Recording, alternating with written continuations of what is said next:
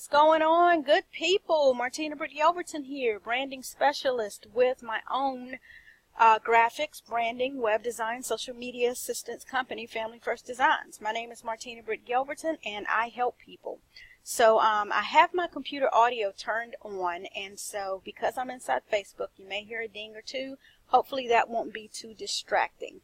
But today I'm going to discuss one of the more important topics that continually comes up over here in this particular area of graphic and web design.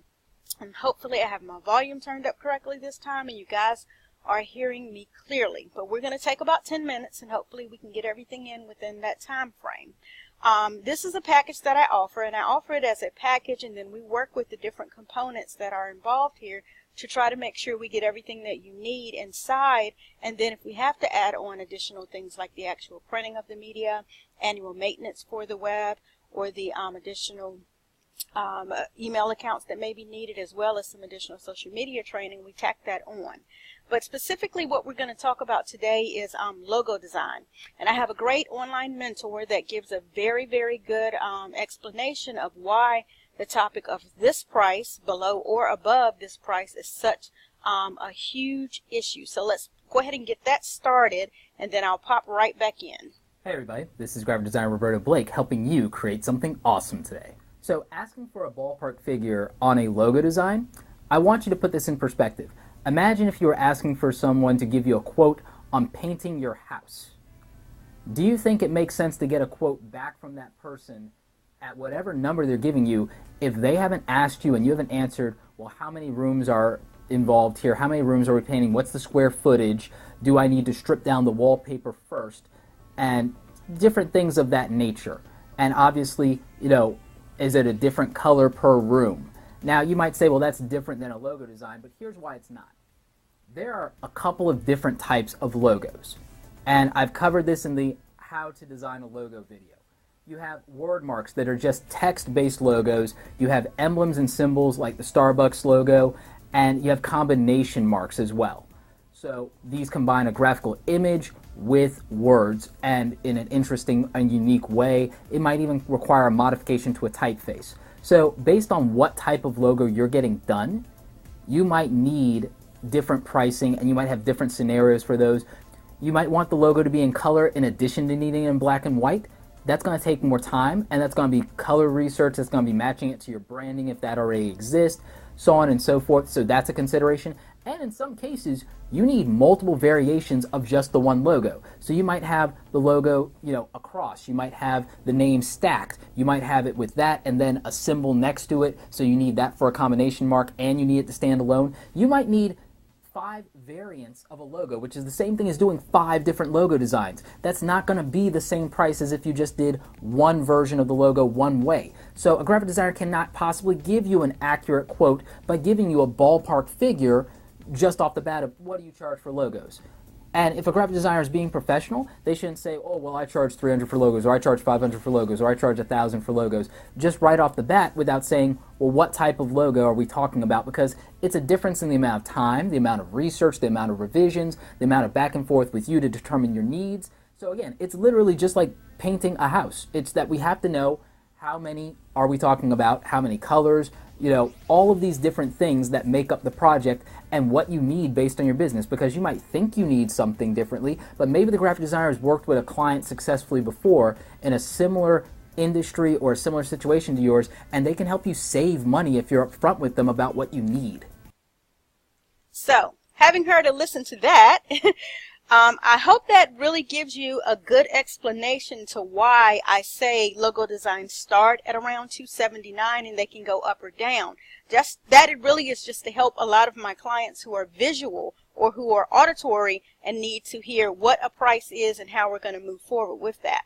So some of the things that you see flashing here on the screen off of my website, which is currently under construction. I haven't decided when I'm going to relaunch it due to the, income success that I'm having with being able to assist so many people. I really have not had an opportunity to come over here and update the site. But what I have flashing before you are banner designs below, but what I'm asking that you focus on is what has been scrolling here in this area, which deals with a lot of previous, ongoing, and current clientele and different types of logo design. So in addition to that, what I want to speak to you about truly is the logo design process, okay? And the logo design process really incorporates a lot of things that people aren't taking into consideration. It's information sharing. There are question and answers. There's pre-search. There's vision casting and brainstorming. And then there's the actual process of design. Then there's the review and the revision stage, finalization and formatting, and then deliverables.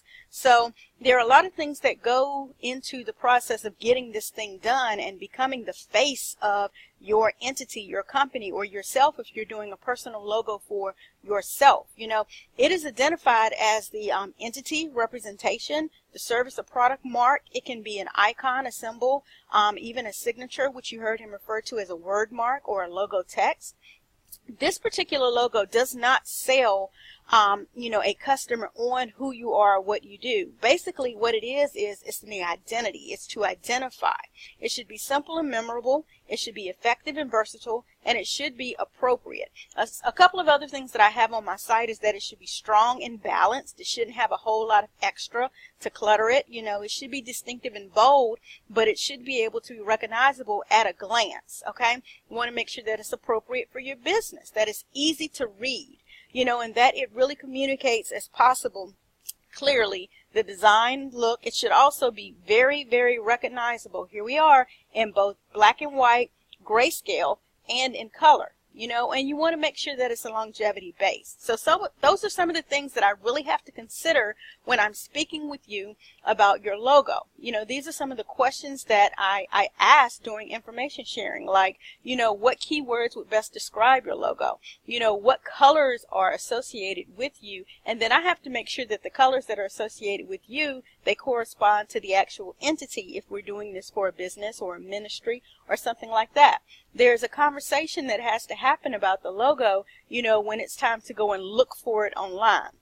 You know, you design it, you go through making sure that it's scalable, using vector scales so that it can resize and still hold its clarity, okay? Then there's information that we go back and forth on to make sure that it is exactly what you're looking for and that you're excited about it. And then finalizing, you know, that one set of logo design files, whether it is just with the service mark or it is just with the verbiage, or whether there's a third one that is combining them all.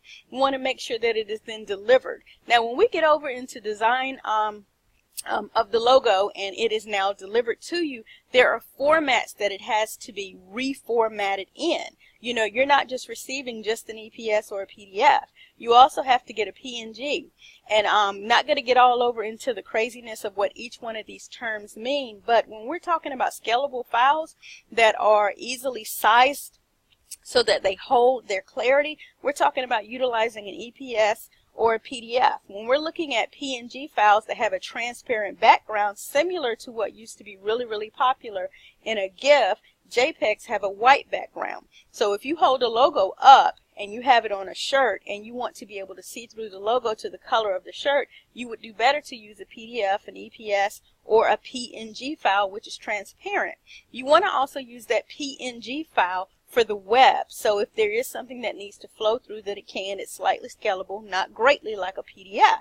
And then you want to make sure that you go even a step further in using Microsoft Office programs to render a TIFF, which is a large scale file, usually a 300 dpi, and it can be resized. It can be, you know, sized down, sized up, but most importantly, you want to make sure as a professional graphic designer that you are giving that client a grayscale, a black reversed to a white, and then a full color file of their logo design. Now, if you're doing something as simple as a t-shirt file and that's all they want, then you're going to deliver them one PDF, maybe one PNG, and maybe one JPEG, and you're not going to have it in all these different formats because pretty much a print for a t-shirt is going to be in color, and that's pretty much it. And then, of course, you want to take it a step further and even provide them a favicon that they may need to utilize on their website.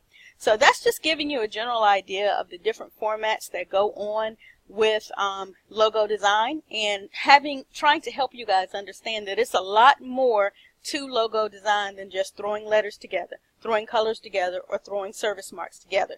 There is truly a lot greater of a process going on here.